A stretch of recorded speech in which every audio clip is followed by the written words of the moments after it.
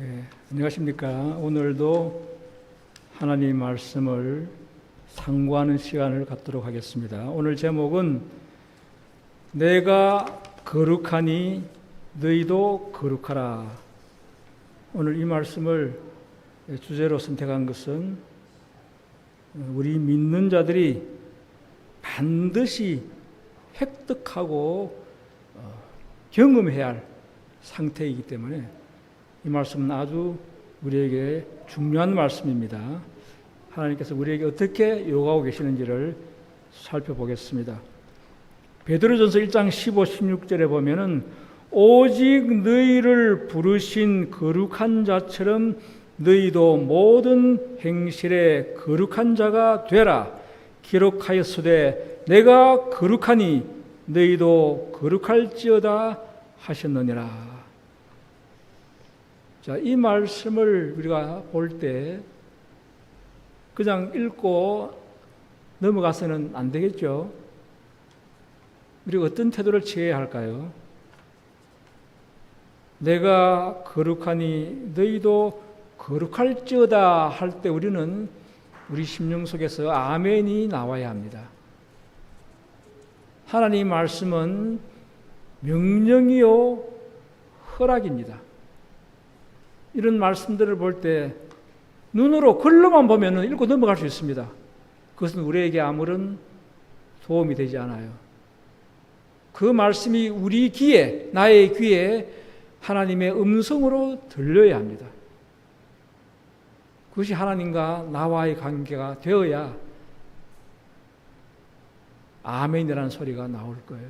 우리는 모든 말씀을 볼 때 그 하나님의 음성으로 들릴 때 우리는 매 구절마다 아멘이라는 소리 꼭 그렇게 될지어다 하는 간절한 마음이 우리 속에 일어나야 합니다.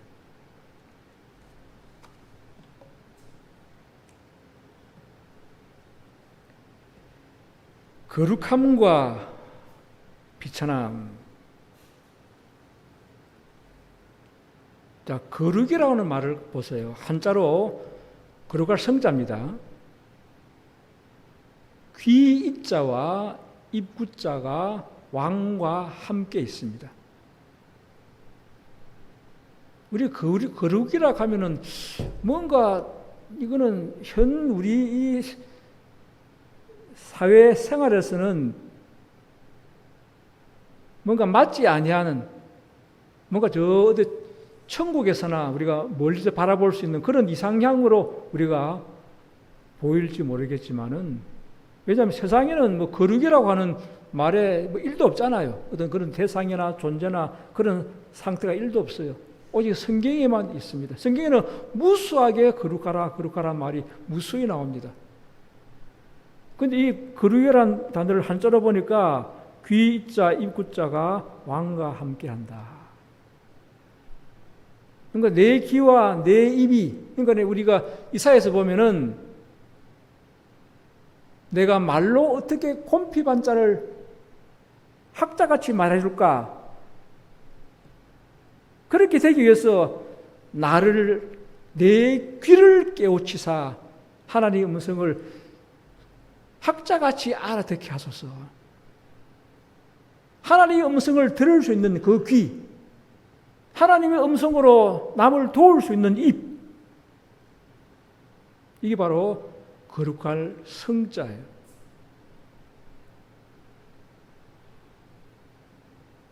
자, 그래서 우리 거룩할 성자, 거룩한 모습으로 태어난 아담이 범죄 이후 오늘날 인류는 비천한 존재가 되어버렸다는 거예요. 창조 당시를 보면 창세기 1장 27절에 하나님이 자기 형상 곧 하나님의 형상대로 사람을 창조하시되 하나님의 형상대로 창조했기 때문에 하나님의 거룩하심처럼 아담도 그렇겠다는 거예요. 창세기 2장 7절에 여호와 하나님이 그 생기를 그 코에 불어넣으시니 사람이 생명이 된지라. 그 코에 하나님의 입김, 공기가 불어넣어졌다는 거예요. 그것은 거룩한 입김이에요. 화이트 논문고 1903년도 말씀에 그분은 아담을 당신의 생명과 당신의 품성에 참여하는 자로 만드셨다. 전능하신 분의 숨길이 아담 속에 불어 넣어져서 그가 생명이 된 것이다. 그 하나님의 생기가 이 땅에는 사라져 버렸습니다. 범죄 이후에 끊겨버렸어요. 그것은 영생으로 인도하는 하나님의 생기였는데 그것이 끊어져 버렸습니다. 우리가 말하는 게 다 우리 입김이잖아요. 그죠? 공기예요. 지금 이 세상의 공기가 얼마나 부패해졌습니까? 오늘 코로나 바이러스도 그게 호흡기 병이잖아요. 과거에 사스나 메르스나 다 호흡기 병이에요. 그만큼 공기가 부패해졌다는 거예요. 부패한 공기로 가득합니다. 사탄이 온 우주 공간에다가 지구 공간에다 도끼를 뿌렸다는 말이 있습니다. 거룩한 하나님의 생기는 사라지고 우리를 무섭게 병들게 하는 공기로 가득합니다. 자, 얼마만큼 부패해졌는가? 예레미야 17장 9절에 만물보다 거짓되고 심히 부패한 것은 마음이라 누가 능히 이를 알리오. 만물보다 거짓되고 부패한 것은 마음이라.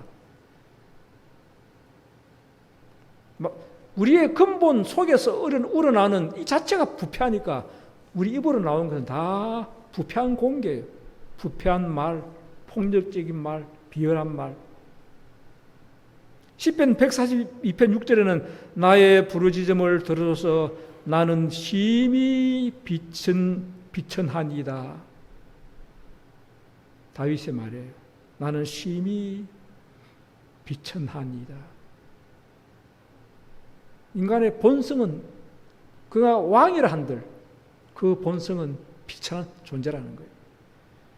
욥기 25장 6절에는 하물며 벌레인 사람 구더기 인생이라.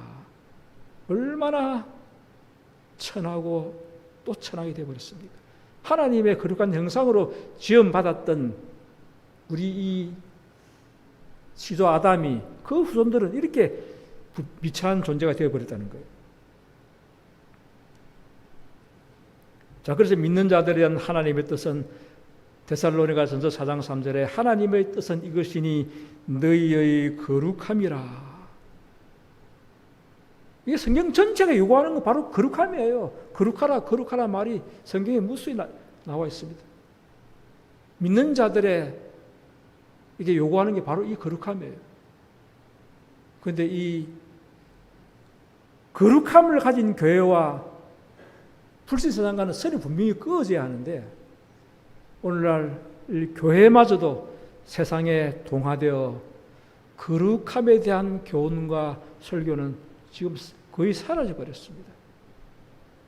세속적인 세속적인 의, 어떤 세상에서 잘 되고 평안하고 건강하고 그런 외형적인 이 땅의 육신의 안락함에 대한 설교가 다수를 이루고 있습니다.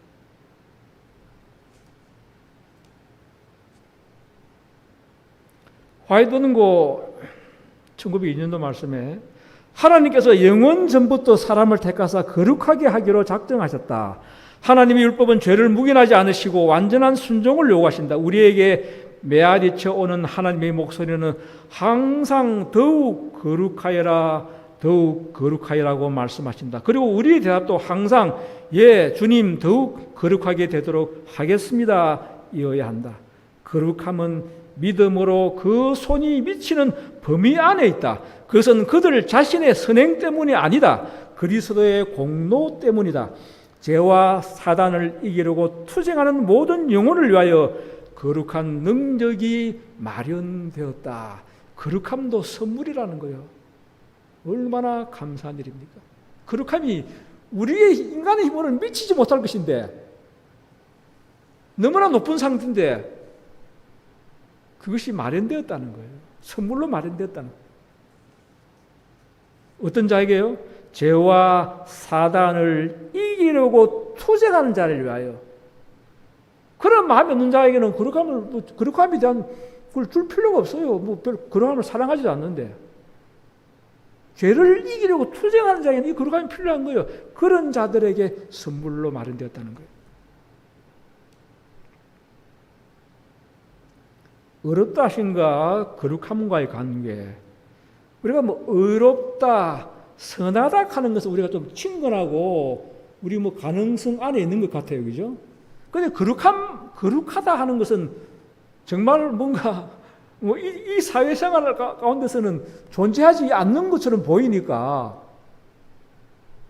그렇잖아요. 우리가 사회생활 집안일을 하고 직장에 다니고 돈 벌러 장사하러 다니고 그거하고 거룩함하고는 관계가 전혀 없는 것 같아 보이잖아요. 거룩함은 아주 성스럽고 위대하고 아주 숙연하고 이런 모습인데 그래가지고 사회생활 못하잖아요. 그런데 아까 우리 거룩할 성자를 보니까 귀와 입이 하나님과 함께 있는 것이 거룩함이었거든요. 에녹은 300년 동안 하나님과 동행했다. 300년 동안 거룩한 생활을 했다는 거예요. 일상생활을 하면서, 가정생활을 하면서 하나님과 함께 동행하는 것이 바로 거룩함입니다. 그래서 이 어렵다함과 거룩함의 관계는 뭔가? 산상보온 18페이지 의는 거룩하고 하나님과 같이 되는 것이다. 의 이꼬르 거룩함이라는 거예요. 의는 하나님과 같이 되는 것이다. 우리는 좀 의를 받았는데 거룩함은 왜 멀리 느껴질까?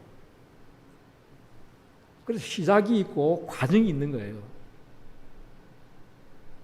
의가 반복되면 될수록 거룩함으로 화하는 거예요. 우리 의를 받고도 넘어지고 허물도 범하고 해요. 그리고 거룩하면서 넘어지면 안 되잖아요. 넘어지기까지, 단단해지기까지. 그 의도 거룩함인데 넘어지지 아니한 의, 흔들리지 아니한 의, 그게 거룩함이라는 사실이에요. 자, 의의 시작을 봅시다. 로마서 4장 4절 보면은 이를 아니할지라도 경건치 아니한 자를 의롭다 하시는 이를 믿는 자에게 그의 믿음을 의로 여기시나니. 경건치 아니하고 일도 안 했는데도 그가 이제 깨닫고 마음을 바치기로 하고 믿기 시작할 때 그 믿음을 의의 출발점으로 삼는다. 의로 여긴다는 거예요. 자, 그래서 의에서 출발합니다. 거룩함의 시작은 의로부터 출발하는 거예요. 디모데전서 4장 7절 8절 보면 망령되고 허탄한 신화를 버리고 오직 경건에 이르기를 연습하라. 육체의 연습은 약간의 유익이 있으나 경건은 범사에 유익하니 금생과 내생에 약속이 있느니라. 여기 보니까 경건에 이르기를 연습하라. 앞에는 뭐라 그랬습니까? 이를 아니할지라도 경건치 아니한 자를 어렵다 이렇게 말씀하셨는데 이제는 너를 의로 칭함을 주셨기 때문에 이제는 경건에 이르기를 연습하라는 거예요. 육체 연습은 약간의 유익이 있으나 지금 도쿄 올림픽이 열리고 있죠. 그들이 거기 대표로 출전해까지 얼마나 많은 훈련을 했겠어요. 얼마나 육체 훈련을 많이 했겠어요. 그러나 그 메달은 그냥 금, 은, 동 3개예요. 상 받는 거는 금, 은, 동 3개뿐이에요.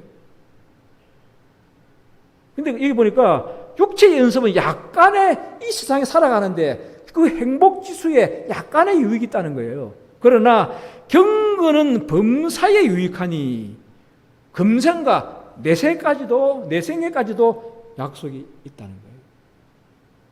그 올림픽에 나가기 위해서 그 고된 훈련, 피나는 훈련, 그것보다 월등히 이 세상에 행복을 주는 것은 바로 경건에 대한 연습이라는 거예요.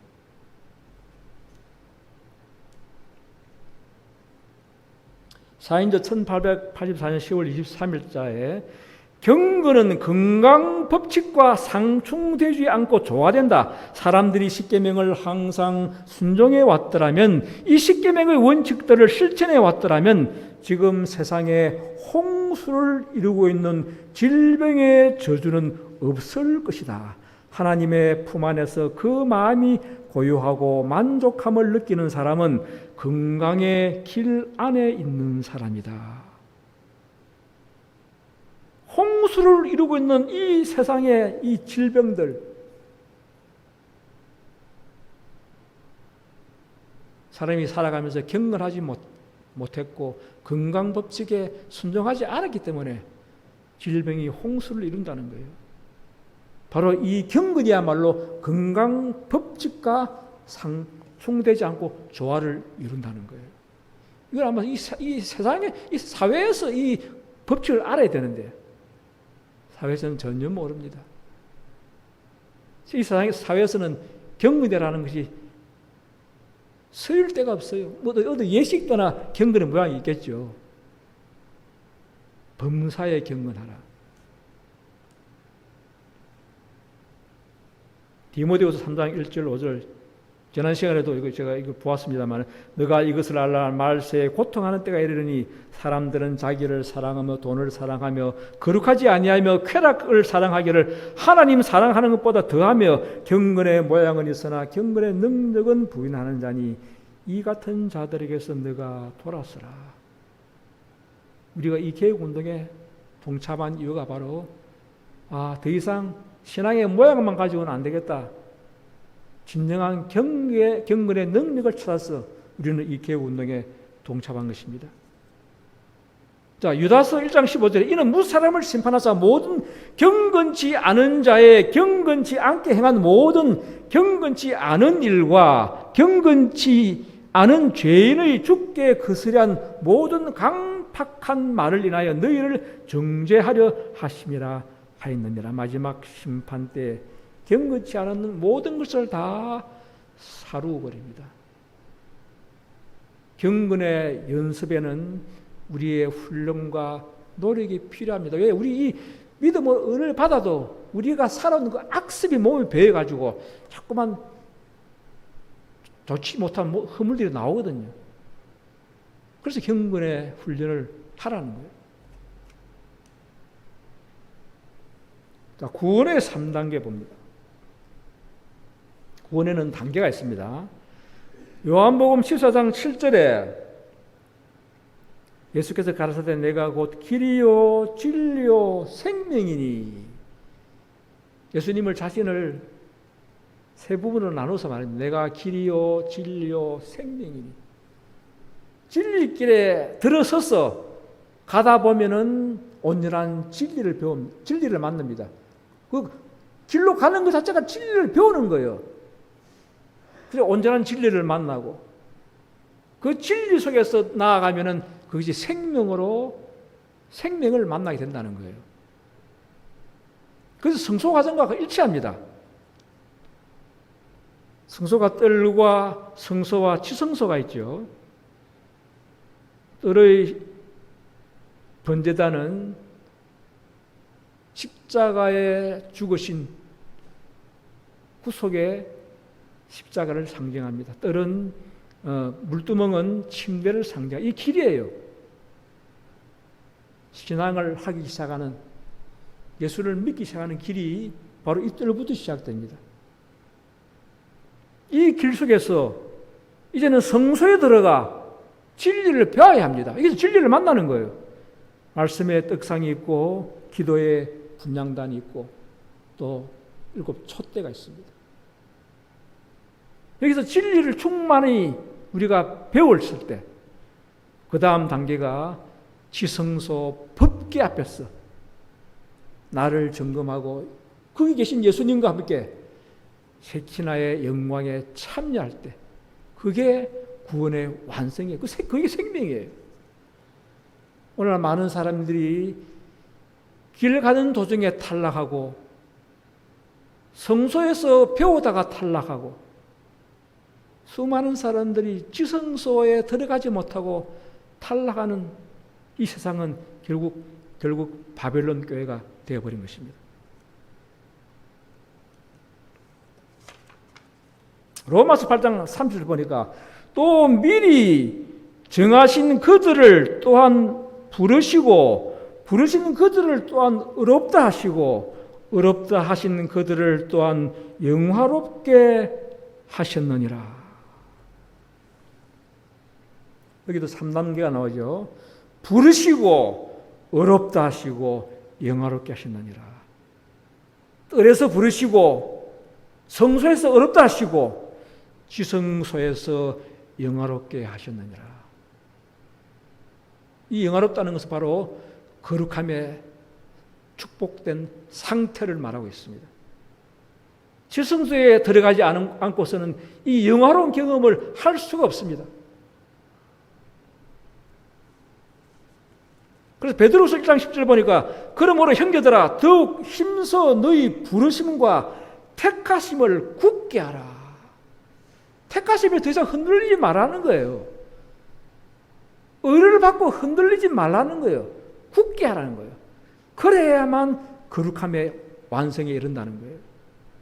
그렇게 되면은 언제든지 실족지 아니하리라. 거룩함에 이른 자는 실족지 않는다는 거예요. 그래서 성화는 끊임없는 칭의의 반복이 성화예요.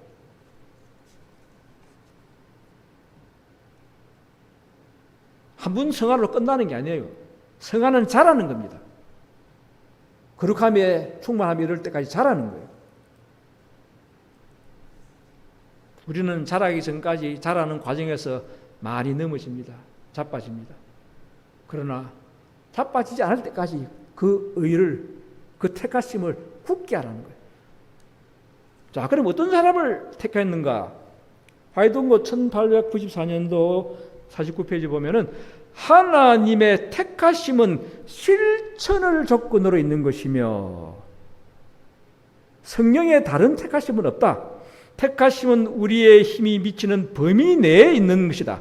너희가 이것을 행한 적 언제든지 실족지 아니하리라.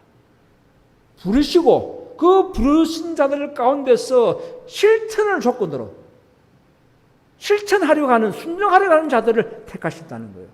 그럴 마음이 없는 자들은, 믿기만 하고 가만히 있는 자들은 하나님께서는 택하지 않으십니다. 실천을 하는 조건으로 택하심이 있다는 거예요.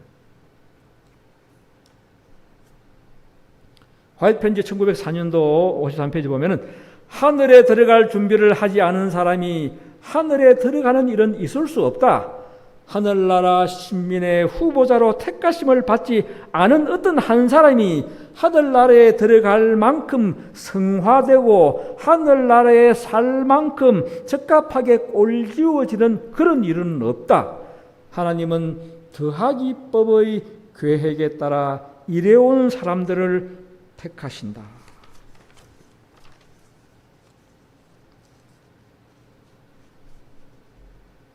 더하기법의 계획에 따라 일해온 사람들을 택하신다.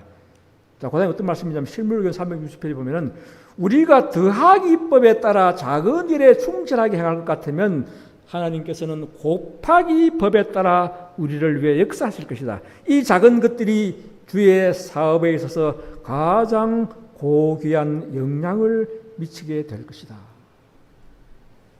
자, 더하기법과 곱하기법.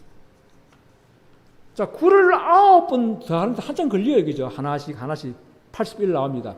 그럼 곱하기 보면 9, 9, 81 바로 나와버려요. 더하기법은 우리 인생에 성장하는 모습이고 곱하기법은 하나님이 능력이 역사하는 법입니다. 하나님께서 세상을 창조하실 때 곱하기법으로 창조하셨어요. 6일 만에 온 세상을 다 창조하셨습니다. 빛이 있으라면 빛이 있었고 사람이 있으라면 사람이 있었고 짐승이 있으라면 짐승이 있었고 그가 명한 적 다 이루어졌습니다.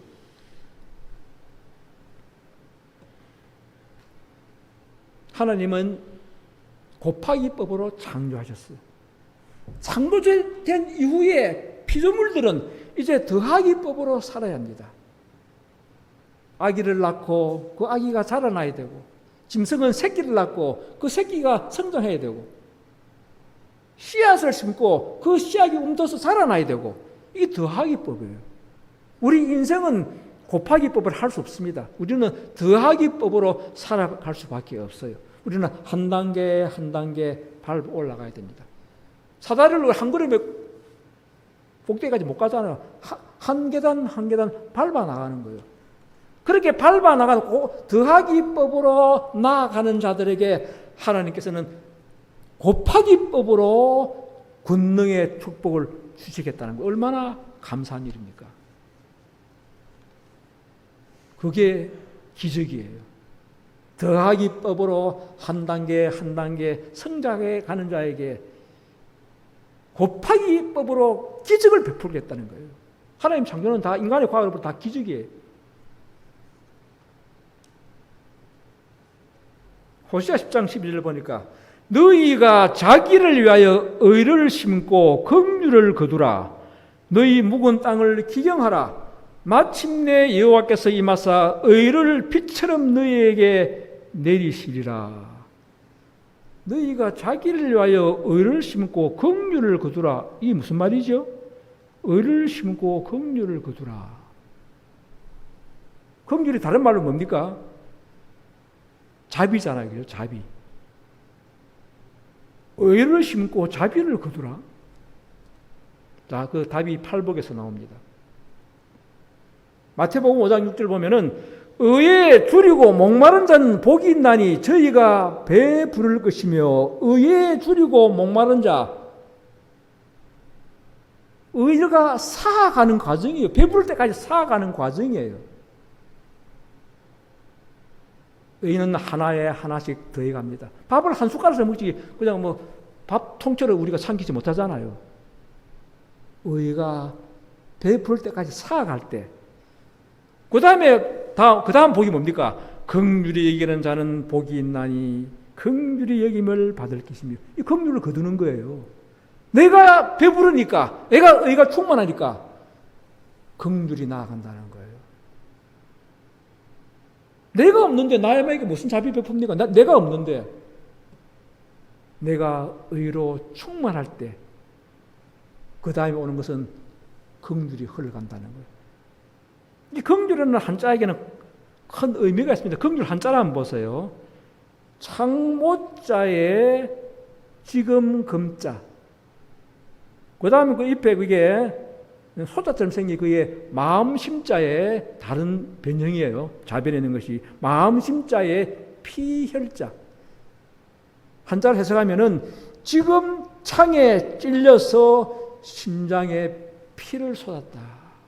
이 긍휼이, 이 한자가 그리스도의 십자가의 구속을 이 긍휼한 이 말 하나에 다 함정하고 있습니다. 예수님의 십자가의 보혈은 우리를 향한 흘린 긍휼의 사랑이었습니다. 의가 충만한 자는 바로 이 사랑, 이 긍휼을 배우고 이 긍휼이 남에게 흘러간다는 것을 말해주고 있습니다. 또 봅시다. 이사야 45편 8절 궁창이여 의를 부어 내릴지어다 땅이여 열려서 구원을 내고 의도 함께 운동케 할지어다. 이 말씀도 좀 이상해요. 궁창이여 의를 부어 내릴지어다 했는데 땅이 열려서 또 의도 함께 운동케 할지어다. 하늘에서도 의가 있고 땅에서도 의가 있어. 땅에서는 의가 운동다 올라오고 하늘에서 의가 소낙비처럼 쏟아져요. 이 말씀 속에 더하기 공법과 곱하기 공법이 함께 있습니다.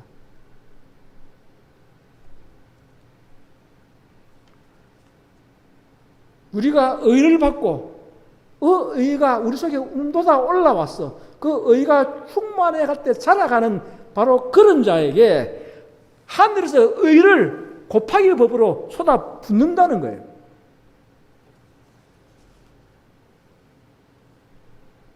땅에서도 물이 솟고 하늘에서도 물이 쏟아내리고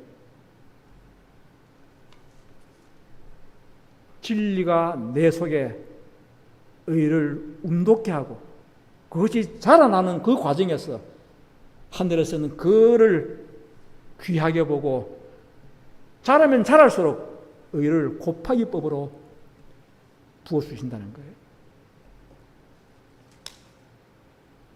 빌립보 1장 11절에 예수 그리스도로 말미암아 의의 열매가 가득하여 하나님의 영광과 찬송이 되게 하시기를 구하노라. 의의 열매가 가득한 그의 거룩함의 모습이에요. 우리는 의를 갈급해야 합니다.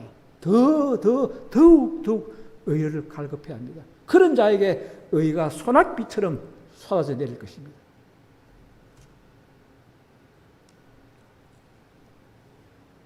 다섯 번째, 진리로 거룩하게 하옵소서. 요한복음 17장 17절에 저희를 진리로 거룩하게 하옵소서. 아버지의 말씀은 진리니이다.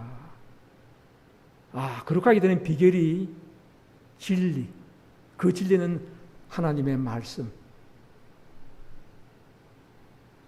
우리에게 말씀을 선물로 주셨지 않습니까?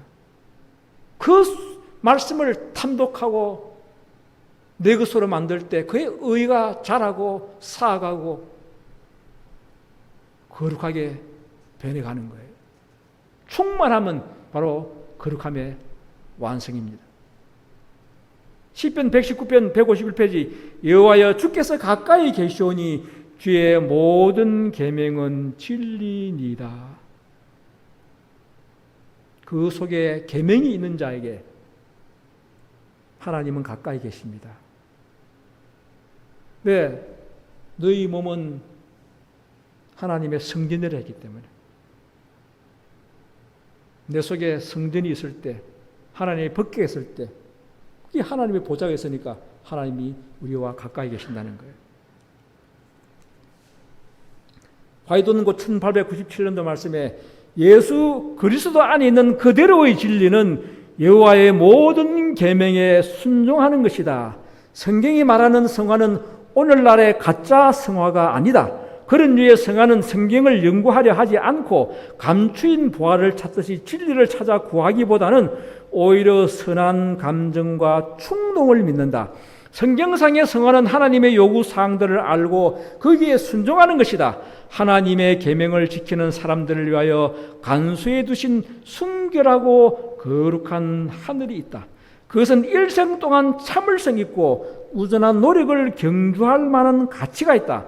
사단은 그대의 좌편에도 있고 우편에도 있으며 그대의 앞에도 있고 뒤에도 있다. 사단은 예수 그리스도 안에 있는 진리를 마음에 품고 있지 않는 모든 영혼들에게 잘 조작된 우화라는 요리를 준비해 놓고 있다. 어떤 말씀을 듣고 설교 듣고 내가 감동받았다고 해서 그게 성한 줄 착각한 많은 사람들을 보았습니다. 오류를 듣고 오류에 빠져가도 감동받는 사람 많아요. 그 자기 감정을 믿는 거예요. 최초의 하와가 안 그랬습니까? 뱀의 유혹에 감화받은 거예요. 진리와 거짓되게 말하는데. 성경이 말하는 성화는 하나님의 말씀과 일치한지 아닌지. 그래서 율법과 증거의 말씀을 쫓을지니 그들이 말하는 바가 이 말씀이 맞지 않으면 그들은 정녕 아침 빛을 보지 못하리라. 사이에 써 있는 말씀 아닙니까? 사단은 우리의 좌편, 우편, 앞, 뒤 다 있다는 거예요. 다시 말하면 하늘에 사탄과 악한 천사 3분의 1이 땅에 내려왔어요. 그들이 어디에 있겠습니까? 우리 눈에 안 보이니까 없는 줄 우리는 착각하고 있어요. 모든 사람 앞뒤 좌우에 다 있다는 거예요. 진리를 차단하기 위해서, 구원에 이르지 못하게 하기 위해서 온갖 괴설 이벤트를 다 준비해 놓고 있다는 거예요. 우리는 일생 동안 참을성 있게 꾸준히 말씀을 연구하면서 이것이 진리인가? 이것이 하나님의 음성인가? 연구할 참으로 가치가 필요하다는 거예요.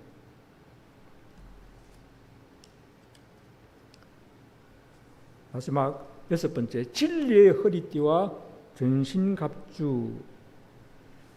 에베소 6장 11절 17절로 보면은 그런즉 서서 진리로 너희 허리띠를 띠고 의의 흉배를 붙이고 평안의 복음에 예비한 것으로 신을 신고 모든 기회의 믿음의 방패를 가지고 이로써 능히 악한 자의 모든 화전을 소멸하고 구원의 투구와 성령의 금 곧 하나님의 말씀을 가지라. 자, 제가 이 전신갑주 안에 진리의 허리띠가 들어있죠. 제가 따로 이렇게 떼어놓은 것은 거기에 교훈이 있기 때문에 이렇게 떼어놨습니다. 진리의 허리띠와 전신갑주. 자, 이 전신갑주 중에서 제일 먼저 뭐가 나왔습니까? 진리의 허리띠가 제일 먼저 나왔습니다.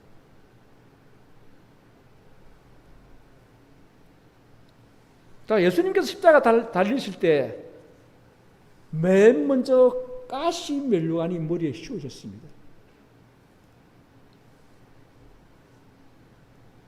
그리고 그의 그를 눌려서 양손에 못을 박았습니다. 가시 멜루안이 씌워질 때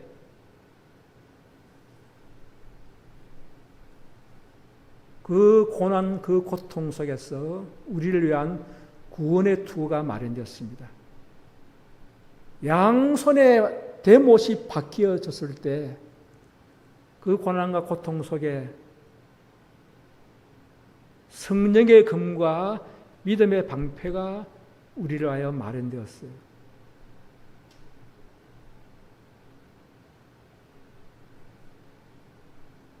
양발목에 대못이 박혔을 때 그 고통 속에 우리를 위한 복음에 예비한 신발이 마련되었어요.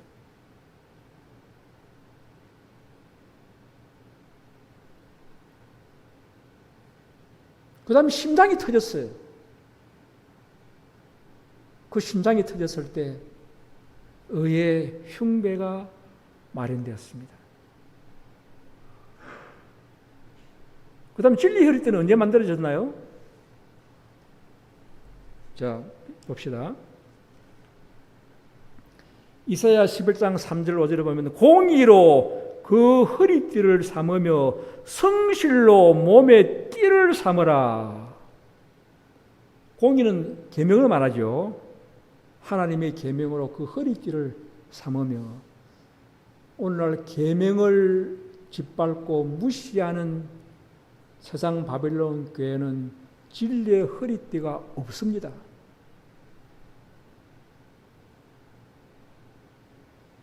우리 허리띠 다 메고 있잖아요. 허리띠 없으면 어떻게 됩니까? 바지가 내려가면 수치 당해요. 하체가 드러나면 수치를 당해요. 이사야 22장 21절에 너 옷을 그에게 입히며 너 띠를 그에게 띄어 힘있게 하고, 우리 결심할 때 단단히 허리띠 졸라맨다 그럽니까? 허리띠를 단단히 졸라맨다는, 이거는 우리의 각오와 결심을 얘기할 때 그런 얘기를 합니다.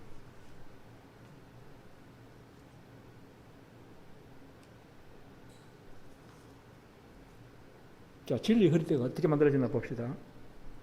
요한복음 19장 32절로 34절에 군병들이 가서 예수께 이르러는 이미 죽은 것을 보고 다리를 꺾지 아니하고 그 중 한 군병이 창으로 옆구리를 찌르니 곧 피와 물이 나오더라.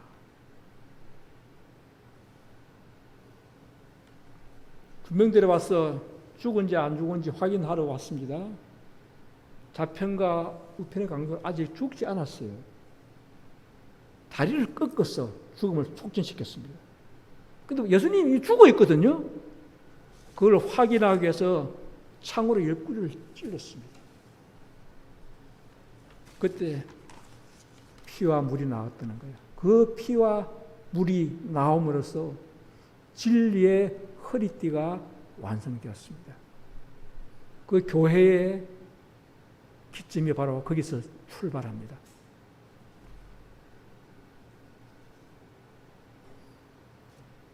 요한 1서 5장 6절에 이는 물과 피로 임하신 자니 곧 예수 그리스도시라. 우리는 전신갑주를 입어야 합니다. 그 전신갑주가 어떻게 만들어졌는지 그리스도의 그 고통을 우리는 마음 가운데 종종 묵상해야 합니다. 자, 어떻게 돌아갔는지 봅시다. 7번에 우리의 죄가 예수를 죽였음. 시대소망 772페이지. 예수님을 죽게 한 것은 창에 찔렸기 때문도 아니고 십자가의 고통도 아니었다. 죽음의 순간에 큰 소리로 부르짖으신 것과 그분의 옆구리에 피와 물이 흘러나온 것은 그분이 심장 파열로 죽으셨다는 사실을 말해준다. 그분의 심장은 정신적 고통에 의하여 파열되었다. 그분은 세상 죄를 인하여 죽임을 당하셨다. 십자가에 못 박힌 그 고통도 상상을 초월한 어마어마한 것이었지만은 그것보다 더 고통스럽게 하여 그를 죽인 것은 우리 인류의 죄가 그의 예수님의 심장을 파열시켰다는 거예요. 여러분과 제가, 우리의 죄가 예수님을 죽겠다는 거예요. 우리의 죄가 예수를 죽였습니다. 우리 모두 살인자예요. 세상 사람들은 모릅니다. 우리는 그 사실을 알았기 때문에 우리는 예수를 믿게 된 거예요. 그 놀라운 사랑에 우리는 우리 인생을 예수님께 바치는 거예요. 갚을 길은 없지만 우리는 이 사실을 이 지구성을 만든 인류를 만드신 그 예수님을 우리 인생이 죽였는데 세상은 모르고 있어요. 우리가 선포해야 합니다. 세상을 놀라게 만들어야 합니다.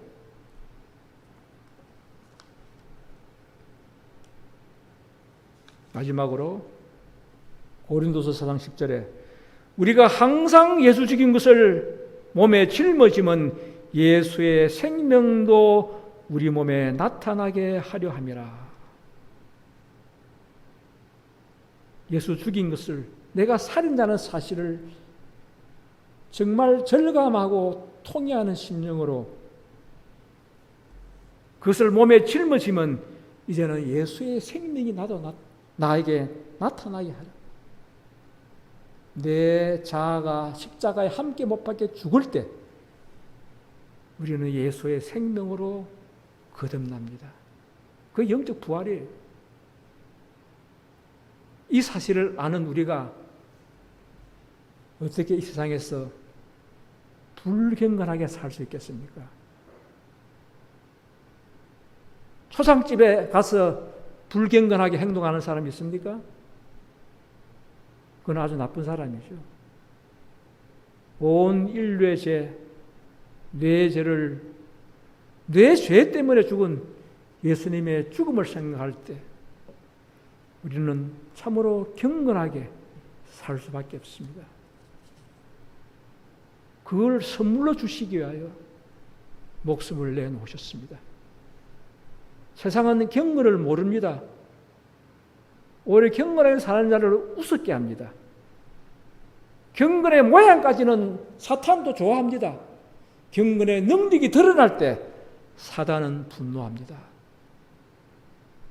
그렇기 때문에 무릇 그리스도 안에서 경건하게 살고자 하는 자는 핍박을 받으리라. 경건하게 사는 것이 먼저 옵니까? 핍박이 먼저 옵니까? 말씀에 순서가 나와 있죠. 경건하게 살고자 하는 자리 일어날 때 핍박이 따라옵니다. 이 경건하게 사는 삶이 바로 거룩한 삶이에요. 거기에 핍박, 일요일 강제의 휴업령이 따라오는 거예요. 지금 우리에게 필요한 것은 바로 거룩한 삶, 경건한 삶이에요. 흔들리지 아니하는 의, 흔들리지 아니하는 경건, 거룩한 삶, 거기에 하나님께서 곱하기법으로 의의 충만함을, 거룩한 충만함을 부어주실 것입니다. 우리는 그 힘으로, 그 능력으로 세상에 나아갈 때 핍박이 우리를 향하여 우리를 죽이려고 할 것입니다. 그게 이 세상의 마지막 대사건이에요. 그것이 온 세상을 발칵 뒤집어 놓고 은혜의 문이 닫힙니다. 그때 구원받을 자와 의를 사랑하는 자, 진리를 사랑하는 자와 믿노라 하지만은 모양만 가진 자의 선이 분명하게 나누어질 것입니다. 그 선봉장에 우리 개혁운동이 있습니다. 여러분과 제가 했습니다. 우리는 꼭 그렇게 하면 능력을 붙들고 마지막 동력자의 일을 감당하시는 여러분과 제가 되기를 간절히 바라면서 오늘 말씀을 마치겠습니다. 하늘에 계신 아버지시여, 우리를 향하여 내가 거룩하니 너희도 거룩하라고 말씀하실 때 우리 모두가 아멘으로 동참합니다. 주여, 주의 말씀은 명령이요 허락입니다. 우리가 믿음으로 그것을 붙들 때 그것은 선물로 마련되었다고 하였습니다. 이 놀라운 은혜를 우리가 어떻게 놓칠 수가 있습니까? 세상은 거룩함을 알지 못합니다. 세상은 방종 가운데 있으며 모두가 자만과 교만과 타락의 길로, 멸망의 길로 달려가고 있습니다. 믿는 자들도 함께 달려가고 있습니다.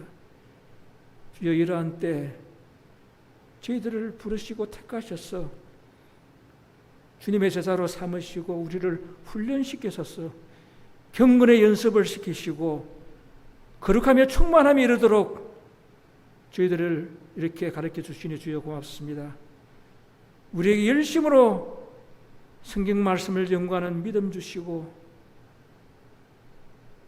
주님의 거룩한 품성이 우리의 품성이 되고 우리 모두가 주의 영광을 선포하는 주님의 통로가 되도록 도와주시옵소서. 우리가 주님을 죽였다는 사실, 우리의 죄가 주님의 심장을 파열시켜 돌아가게 하셨다는 사실을 깊이 생각하고 우리 몸에 짊어집니다. 주여, 주의 생명도 우리에게 나타나게 도와주시옵소서. 이 집회 동안 비록 비대면 집회지만 방송을 통하여 듣는 모든 자들에게 은혜 베푸시고 성령의 감동 주시고 진리를 사랑하는 마음 주시옵소서. 우리가 이 땅에 살아가는 사명과 본분이 무엇인지 다시 한번 모든 믿는 자들이 깊이 반성하게 도와주시고 모든 경건의 모양에서 나와서 경건의 능력을 붙들게 도와주시옵소서.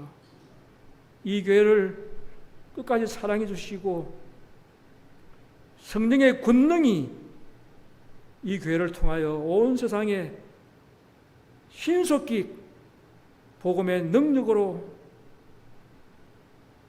선포되도록 방방곡곡에 있는 교회운동 신자들의 믿음 속에 능력을 부어주시옵소서.